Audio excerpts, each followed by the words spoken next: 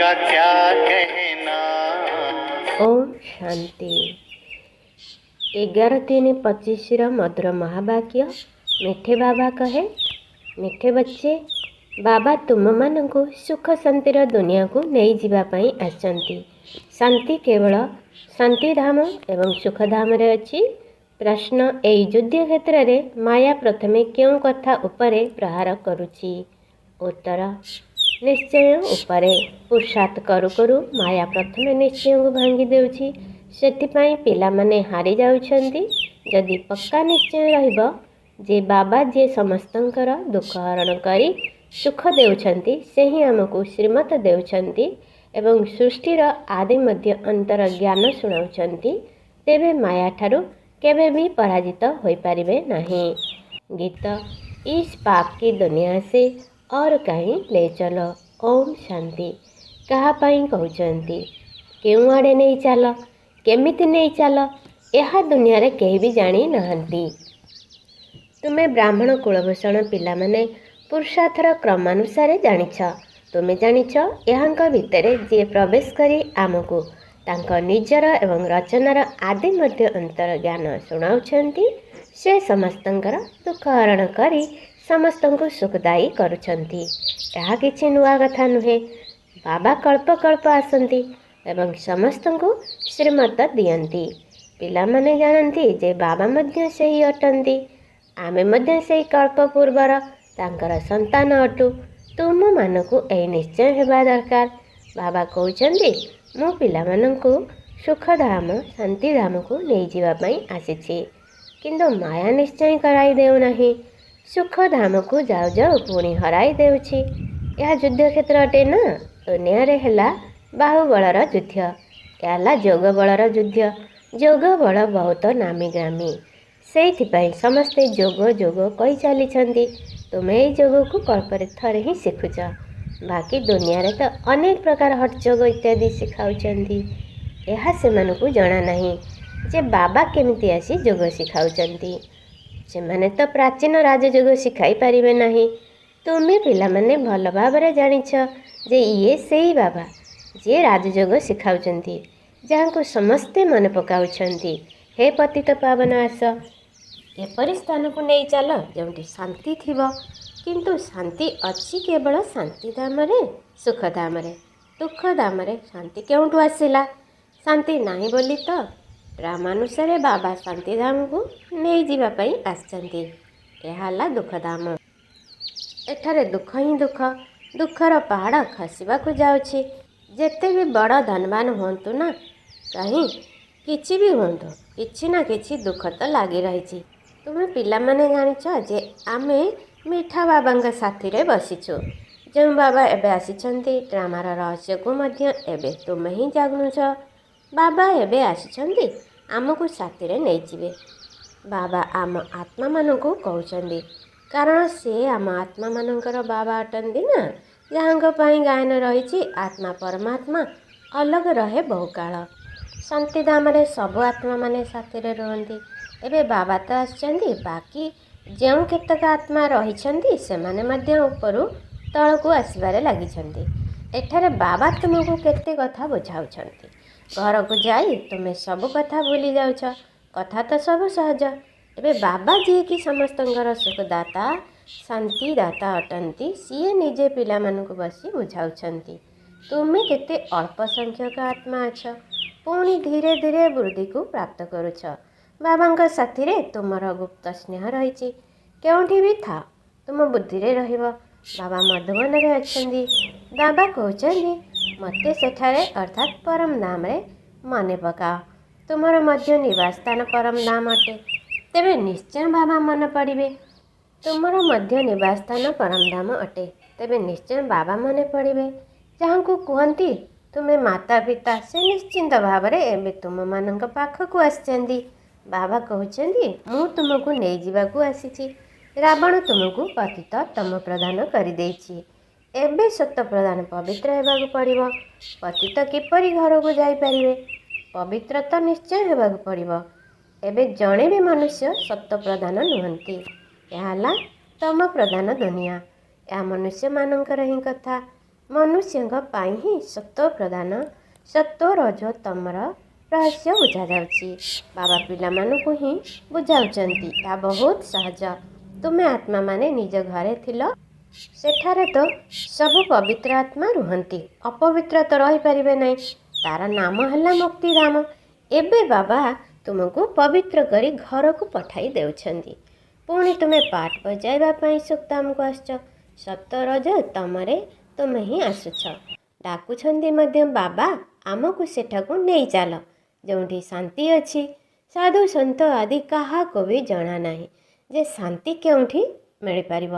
ଏବେ ତୁମେ ଜାଣୁଛ ସୁଖ ଶାନ୍ତି ଆମକୁ କେଉଁଠୁ ମିଳିବ। ବାବା ଏବେ ଆମକୁ 21 ଜନ୍ମର ସୁଖ ଶାନ୍ତି ଦେବା ପାଇଁ ଆସିଛନ୍ତି।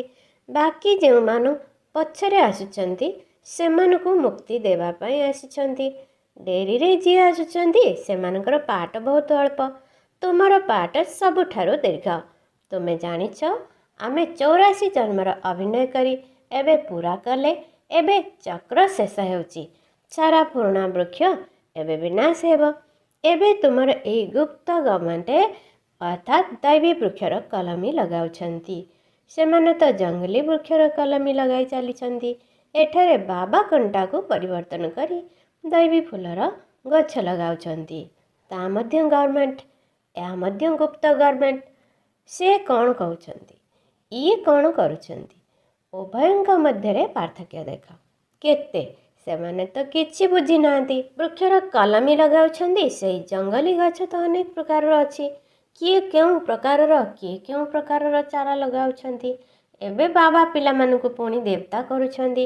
ତୁମେ ସତ୍ତ୍ୱ ପ୍ରଧାନ ଦେବତା ଥିଲ, ପୁଣି 84 ଜନ୍ମର ଚକ୍ର ଲଗାଇ ତମ ପ୍ରଧାନ ହୋଇଯାଇଛ। କେହି ସଦାକାଳ ପାଇଁ ସତ୍ତ୍ୱ ପ୍ରଧାନ ରହିବା ସମ୍ଭବ ନୁହେଁ। ପ୍ରତ୍ୟେକ ଜିନିଷ ନୂଆରୁ ପୁରୁଣା ହୁଏ। ତୁମେ 24 କ୍ୟାରେଟ ସୁନା ଥିଲ, ବର୍ତ୍ତମାନ 9 କ୍ୟାରେଟ ସୁନାର ଗ୍ରହଣ ହୋଇଯାଇଛି। ପୁଣି 24 କ୍ୟାରେଟ ହେବାକୁ ପଡ଼ିବ। ଆତ୍ମା ସବୁ ଏପରି ହୋଇଯାଇଛନ୍ତି ନା, ଯେପରି ସୁନା ସେହିପରି ଗହଣା ହୁଏ। ଏବେ ସମସ୍ତ ଆତ୍ମା କଳା ଶ୍ୟାମଳ ଅର୍ଥାତ୍ ପତିତ ହୋଇଯାଇଛନ୍ତି। ଇଜ୍ଜତ ରଖିବା ପାଇଁ କଳା ଅକ୍ଷର ନ କହି ଶ୍ୟାମଳ କହୁଛନ୍ତି। ଆତ୍ମା ସତ୍ତ୍ୱ ପ୍ରଧାନ ପବିତ୍ର ଥିଲା, ପୁଣି କେତେ ଖାଦ ପଡ଼ିଯାଇଛି। ଏବେ ପୁଣି ପବିତ୍ର ହେବା ପାଇଁ ବାବା ଯୁକ୍ତି ମଧ୍ୟ ବତାଉଛନ୍ତି। ଏହା ହେଲା ଯୋଗ ଅଗ୍ନି। ଏଥିରେ ହିଁ ତୁମର ଖାଦ ବାହାରିଯିବ। ବାବାଙ୍କୁ ୟାଦ କରିବାକୁ ପଡ଼ିବ। ବାବା ନିଜେ କହୁଛନ୍ତି, ମୋତେ ଏପରି ମନେ ପକାଅ। ପତିତ ପାବନ ମୁଁ ହିଁ ଅଟେ। ତୁମକୁ ଅନେକ ଥର ମୁଁ ପତିତରୁ ପବିତ୍ର କରିଛି। ଏହା ମଧ୍ୟ ତୁମେ ଜାଣିନଥିଲ। ଏବେ ତୁମେ ବୁଝୁଛ। ଆଜି ଆମେ ପତିତ ହୋଇଛୁ, କାଲି ପୁଣି ପବିତ୍ର ହେବୁ। ସେମାନେ ତ କଳ୍ପର ଆୟୁଷ ଲକ୍ଷ ଲକ୍ଷ ବର୍ଷ ଲେଖି ଲୋକମାନଙ୍କୁ ଘୋର ଅନ୍ଧକାରରେ ପକାଇ ଦେଇଛନ୍ତି। ବାବା ଆସି ସବୁ କଥା ଭଲ ଭାବରେ ବୁଝାଉଛନ୍ତି। ତୁମେ ପିଲାମାନେ ଜାଣିଛ ଆମକୁ ପଢ଼ାଇଲା ବାଲା କିଏ? ସ୍ୱୟଂ ଜ୍ଞାନର ସାଗର ପତିତ ପାବନ। ସେ ହିଁ ସମସ୍ତଙ୍କର ସଦ୍ଗତି ଦାତା ଅଟନ୍ତି। ମନୁଷ୍ୟ ଭକ୍ତି ମାର୍ଗରେ କେତେ ମହିମା ଗାୟନ କରୁଛନ୍ତି, କିନ୍ତୁ ତାହାର ଅର୍ଥ କିଛି ବୁଝୁନାହାନ୍ତି। ଏହା କେବଳ ସମସ୍ତଙ୍କୁ ମିଶାଇ ସ୍ତୁତି କରିଥାନ୍ତି। ଯେପରି ଗୁଡ଼ଧାନୀ ଅର୍ଥାତ୍ ଖେଚୁଡ଼ି ତିଆରି କରିଥାନ୍ତି ନା, ଯିଏ ଯେପରି ଶିଖାଇଛନ୍ତି ସେହିପରି ଅଭ୍ୟାସ କରିଦେଇଛନ୍ତି। ଏବେ ବାବା କହୁଛନ୍ତି, ଯାହା କିଛି ଶିଖିଛ ସେ କଥା ସବୁ ଭୁଲିଯାଅ। ଜୀବିତ ଅବସ୍ଥାରେ ହିଁ ମୋର ହୁଅ। ଗୃହସ୍ଥ ବ୍ୟବହାରରେ ହିଁ ଯୁକ୍ତି ଅର୍ଥାତ୍ ଶ୍ରୀମତ ଅନୁସାରେ ଚାଲିବାକୁ ହେବ। କେବଳ ବାବାଙ୍କୁ ହିଁ ମନେ ପକାଇବାକୁ ହେବ। ସେମାନଙ୍କର ତ ହେଉଛି ହଠଯୋଗ, ତୁମେ ହେଉଛ ରାଜଯୋଗୀ। ଘର ଲୋକଙ୍କୁ ମଧ୍ୟ ଏହିପରି ଶିକ୍ଷା ଦେବା ଉଚିତ। ତୁମର ଚାଲିଚଳନକୁ ଦେଖ, ସେମାନେ ମଧ୍ୟ ଅନୁକରଣ କରିବେ। ତୁମର ଚାଲିଚଳନକୁ ଦେଖି ସେମାନେ ମଧ୍ୟ ଅନୁକରଣ କରିବେ। କେବେ ପରସ୍ପର ମଧ୍ୟରେ ଲଢ଼େଇ ଝଗଡ଼ା କର ନାହିଁ। ଯଦି ଲଢ଼େଇ କରିବ ତେବେ ଅନ୍ୟମାନେ କ'ଣ ଭାବିବେ? ଏମାନଙ୍କ ମଧ୍ୟରେ ତ ବହୁତ କ୍ରୋଧ ଅଛି। ତୁମମାନଙ୍କ ପାଖରେ କୌଣସି ପ୍ରକାରର ବିକାର ନ ରହୁ। ମଣିଷର ବୁଦ୍ଧି ଭ୍ରଷ୍ଟ କଲାବାଲା ହେଉଛି ବାଇସ୍କୋପ ସିନେମା। ତାହା ଯେପରି ନର୍କ ସମାନ ଅଟେ। ସେଠାକୁ ଗଲେ ହିଁ ବୁଦ୍ଧି ଭ୍ରଷ୍ଟ ହୋଇଯାଏ। ଦୁନିଆ କେତେ ଖରାପ। ଗୋଟିଏ ପଟେ ଗଭର୍ଣ୍ଣମେଣ୍ଟ ନିୟମ କରୁଛନ୍ତି କି 18 ବର୍ଷ ଭିତରେ କେହି ବିବାହ କରିପାରିବେ ନାହିଁ, କିନ୍ତୁ ବହୁତ ବାହାଘର ହେଉଛି। ଛୋଟଙ୍କୁ ମଧ୍ୟ କୋଳରେ ବସାଇ ବିବାହ କରାଇଥାନ୍ତି। ଏବେ ତୁମେ ଜାଣୁଛ ବାବା ଆମକୁ ଏଇ ଛି ଛି ଦୁନିଆରୁ ନେଇଯାଉଛନ୍ତି। ଆମକୁ ସ୍ୱର୍ଗର ମାଲିକ କରୁଛନ୍ତି। ବାବା କହୁଛନ୍ତି ନଷ୍ଟ ମହା ହୁଅ, କେବଳ ମୋତେ ମନେ ପକାଅ। କୁଟୁମ୍ବ ପରିବାରରେ ରହି ମଧ୍ୟ ମୋତେ ମନେ ପକାଅ। କିଛି ପରିଶ୍ରମ କଲେ ତ ବିଶ୍ୱର ମାଲିକ ହେବ ନା। ବାବା କହୁଛନ୍ତି କେବଳ ମୋତେ ମନେ ପକାଅ ଏବଂ ଆସୁରୀ ଗୁଣ ଛାଡ଼। ପ୍ରତ୍ୟେକ ଦିନ ରାତିରେ ନିଜର ଚଳଣିର ହିସାବ ଯାଞ୍ଚ କର। ଏହା ହିଁ ତୁମର ଧନ୍ଦା। ଏହିପରି ବ୍ୟାପାର କେତେ କୁଞ୍ଚିତ କରନ୍ତି। ଗୋଟିଏ ସେକେଣ୍ଡରେ ବାବା କାଙ୍ଗାଳରୁ ମୁକୁଟଧାରୀ କରୁଛନ୍ତି। ଏହା ଯାଦୁ ଅଟେ ନା, ଯିଏ ଆମକୁ ଯୋଗବଳ ଦ୍ୱାରା ପତିତରୁ ପବିତ୍ର କରୁଛନ୍ତି। ଏପରି ଯାଦୁଗରଙ୍କ ତ ହାତ ଧରି ନେବା ଉଚିତ, ଅର୍ଥାତ୍ ସଦା ସାଥିରେ ରହିବା ଉଚିତ। ଅନ୍ୟ କେହି ବି ଏଇଭଳି କରିପାରିବେ ନାହିଁ। ଗଙ୍ଗା ଦ୍ୱାରା କେହି ପବିତ୍ର ହୋଇପାରିବେ ନାହିଁ। ତୁମ ପିଲାମାନଙ୍କ ପାଖରେ ଏବେ ଜ୍ଞାନ ଅଛି। ତୁମ ଭିତରେ ଖୁସି ରହିବା ଦରକାର କି ବାବା ପୁଣି ଆସିଛନ୍ତି। ଦେବୀମାନଙ୍କର କେତେ ଚିତ୍ର ଆଦି ତିଆରି କରୁଛନ୍ତି। ସେମାନଙ୍କୁ ସ୍ଥୂଳ ଅସ୍ତ୍ରଶସ୍ତ୍ର ଆଦି ଦେଇ କେତେ ଭୟଙ୍କର କରିଦେଇଛନ୍ତି। ବ୍ରହ୍ମାଙ୍କୁ ମଧ୍ୟ କେତେ ଭୁଜା ଦେଇଛନ୍ତି। ଏବେ ତୁମେ ବୁଝୁଛ ବ୍ରହ୍ମାଙ୍କର ଭୁଜା ତ ଲକ୍ଷ ଲକ୍ଷ ହେବ। ଏବେ ସବୁ ବ୍ରହ୍ମା କୁମାର କୁମାରୀ ବାବାଙ୍କର ରଚନା ଅଟନ୍ତି ନା, ତେଣୁ ଏମାନେ ସମସ୍ତେ ପ୍ରଜାପିତା ବ୍ରହ୍ମାଙ୍କର ଭୁଜା ଅଟନ୍ତି। ତୁମେ ହେଉଛ ରୂପ ବସନ୍ତ ଅର୍ଥାତ୍ ଯୋଗୀ ଜ୍ଞାନୀ ସନ୍ତାନ। ତୁମ ମୁଖରୁ ସदैବ ଜ୍ଞାନ ରତ୍ନ ବାହାରିବା ଉଚିତ। କେବଳ ଜ୍ଞାନ ରତ୍ନ ବିନା ଆଉ କିଛି କଥା ନାହିଁ। ଏହି ରତ୍ନ ଗୁଡ଼ିକର କେହି ମୂଲ୍ୟାଙ୍କନ କରିପାରିବେ ନାହିଁ। ବାବା କହୁଛନ୍ତି ମନ୍ମନା ଭବ। ବାବାଙ୍କୁ ମନେ ପକାଅ, ତେବେ ଦେବତା ହୋଇଯିବ। ଆଚ୍ଛା, ରାତ୍ରି କ୍ଲାସ୍ 11:3:68। ତୁମ ପାଖକୁ ପ୍ରଦର୍ଶନୀ ଉଦ୍ଘାଟନ କରିବା ପାଇଁ ବଡ଼ ବଡ଼ ଲୋକ ଆସୁଛନ୍ତି। ସେମାନେ କେବଳ ଏତିକି ବୁଝୁଛନ୍ତି କି ଭଗବାନଙ୍କୁ ପାଇବା ପାଇଁ ଏମାନେ ଭଲ ଉପାୟ ବାହାର କରିଛନ୍ତି। ଯେପରି ଭଗବାନଙ୍କୁ ପାଇବା ପାଇଁ ସତ୍ସଙ୍ଗ ଆଦି କରିଥାନ୍ତି, ବେଦ ପାଠ କରିଥାନ୍ତି, ସେହିପରି ଏମାନେ ଏହି ରାସ୍ତା ଧରି ନେଇଛନ୍ତି। ବାକି ଏକଥା ବୁଝୁନାହାନ୍ତି କି ଭଗବାନ ଏମାନଙ୍କୁ ପଢ଼ାଉଛନ୍ତି। କେବଳ ଏତିକି ବୁଝୁଛନ୍ତି ଏମାନେ ଭଲ କର୍ମ କରୁଛନ୍ତି, ପବିତ୍ରତା ଅଛି ଏବଂ ଭଗବାନଙ୍କ ସାଥିରେ ମିଶାଉଛନ୍ତି। ଏହି ଦେବୀମାନେ ଭଲ ରାସ୍ତା ବାହାର କରିଛନ୍ତି। ବାସ୍ ଯାହାଙ୍କ ଦ୍ୱାରା ଉଦ୍ଘାଟନ କରାଯାଉଛି ସେ ତ ନିଜକୁ ବହୁତ ବଡ଼ ଭାବନ୍ତି। କେହି ବଡ଼ ବଡ଼ ଲୋକ ଭାବନ୍ତି ଯେ ବାବା ଜଣେ ମହାନ ପୁରୁଷ ଅଟନ୍ତି, ତାଙ୍କ ସାଥିରେ ଯାଇ ମିଶିବା। ବାବା ତ କହୁଛନ୍ତି ପ୍ରଥମେ ତାଙ୍କର ଫର୍ମ ପୂରଣ କରି ମଧୁବନ ପଠାଅ। ପ୍ରଥମେ ତ ତୁମେ ପିଲାମାନେ ତାଙ୍କୁ ବାବାଙ୍କର ସମ୍ପୂର୍ଣ୍ଣ ପରିଚୟ ଦିଅ। ପରିଚୟ ବିନା ଆସି କ'ଣ କରିବେ? ବାବାଙ୍କ ସାଥିରେ ସେତେବେଳେ ମିଶିପାରିବେ ଯେତେବେଳେ ପ୍ରଥମେ ପୁରା ନିଶ୍ଚୟ ହେବ। ବିନା ପରିଚୟରେ ମିଶିଲେ କ'ଣ କରିବେ? କେହି କେହି ଧନବାନ ଥାନ୍ତି, ଭାବନ୍ତି ଆମେ ୟାଙ୍କୁ କିଛି ଦେବା। କେହି ଗରିବ ଗୋଟିଏ ଟଙ୍କା ଦେଉଛନ୍ତି, ସାହୁକାର 100 ଟଙ୍କା। ଗରିବଙ୍କର ଗୋଟିଏ ଟଙ୍କା ମୂଲ୍ୟବାନ ହୋଇଯାଉଛି। ସାହୁକାରମାନେ ତ ଯଥାର୍ଥ ରୂପରେ କେବେ ଯୋଗଯୁକ୍ତ ହୋଇ ରହିପାରିବେ ନାହିଁ। ସେମାନେ ଆତ୍ମାଭିମାନୀ ହୋଇପାରିବେ ନାହିଁ। ପ୍ରଥମେ ତ ପତିତରୁ ପାବନ କିପରି ହେବାକୁ ପଡ଼ିବ ତାହା ସେମାନଙ୍କୁ ଲେଖିକରି ଦେବାକୁ ହେବ। ତମ ପ୍ରଦାନରୁ ସତ ପ୍ରଦାନ ହେବାକୁ ପଡ଼ିବ। ଏଥିରେ ପ୍ରେରଣା ଆଦିର କିଛି କଥା ନାହିଁ। ବାବା କହୁଛନ୍ତି ମାମେକମ ୟାଦ କର। ତେବେ କଳଙ୍କି ବାହାରିଯିବ। ପ୍ରଦର୍ଶନୀ ଆଦି ଦେଖିବାକୁ ଆସନ୍ତି, କିନ୍ତୁ ଯଦି 2-3 ଥର ଆସି ବୁଝନ୍ତି ତେବେ ବୁଝିବା ଦରକାର ଏହାଙ୍କୁ ତୀର ଲାଗିଛି, ଅର୍ଥାତ୍ ପ୍ରଭାବିତ ହୋଇଛନ୍ତି। ଏ ଆତ୍ମା ଦେବତା ଧର୍ମର ଅଟନ୍ତି। ଇଏ ଅଧିକ ଭକ୍ତି କରିଛନ୍ତି। ଯଦିଓ କାହାକୁ ଭଲ ଲାଗୁଛି କିନ୍ତୁ ଲକ୍ଷ୍ୟକୁ ଜାଣିପାରୁନାହାନ୍ତି, ତେବେ ସେ କେଉଁ କାମକୁ? ତୁମେ ପିଲାମାନେ ଏହା ଜାଣିଛ ଯେ ଡ୍ରାମା ଘୂରି ଚାଲିଛି। ଯାହା କିଛି ହେଉଛି ବୁଦ୍ଧି ଦ୍ୱାରା ବୁଝିପାରୁଛ। କ'ଣ ହେଉଛି? ତୁମମାନଙ୍କ ବୁଦ୍ଧିରେ ଚକ୍ର ଘୂରି ଚାଲିଛି, ପୁନରାବୃତ୍ତି ହୋଇ ଚାଲିଛି। ଯିଏ ଯାହା କରିଥିଲେ ସେ ସେହିପରି କରୁଛନ୍ତି। ବାବା କାହାଠାରୁ ନେବେ ନ ନେବେ ତାଙ୍କ ହାତରେ ଅଛି। ଯଦିଓ ଏବେ ସେଣ୍ଟର ଆଦି ଖୋଲୁଛନ୍ତି, ପଇସା କାମରେ ଆସୁଛି। ଯେବେ ତୁମର ପ୍ରଭାବ ଜଣାପଡ଼ିଯିବ, ପୁଣି ବାବା ପଇସା ନେଇ କ'ଣ କରିବେ? ମୂଳ କଥା ହେଉଛି ପତିତରୁ ପବିତ୍ର ହେବା। ତାହା ତ ବଡ଼ କଷ୍ଟକର କଥା। ତେଣୁ ସେହି ପୁରୁଷାର୍ଥରେ ଲାଗିଯିବା ଦରକାର। ଆମକୁ ତ ବାବାଙ୍କୁ ୟାଦ କରିବାର ଅଛି। ରୁଟି ଖାଅ, ବାବାଙ୍କୁ ୟାଦ କର। ବୁଝିବା ଦରକାର ପ୍ରଥମେ ଆମେ ବାବାଙ୍କଠାରୁ ଭରସା ନେବା ତ ମୁଁ ଆତ୍ମା ଅଟେ ଏହି ପକ୍କା କରିନେବା ଉଚିତ। ଏପରି ଯଦି କେହି ପୁରୁଷାର୍ଥୀ ଆତ୍ମା ଆଗକୁ ଆସିବେ ତେବେ ତୀବ୍ର ବେଗରେ ଆଗକୁ ଯାଇପାରିବେ। ବାସ୍ତବରେ ତୁମେ ପିଲାମାନେ ସାରା ବିଶ୍ୱକୁ ଯୋଗବଳ ଦ୍ୱାରା ପବିତ୍ର କରୁଛ। ତେଣୁ ତୁମମାନଙ୍କୁ କେତେ ନିଶା ରହିବା ଦରକାର।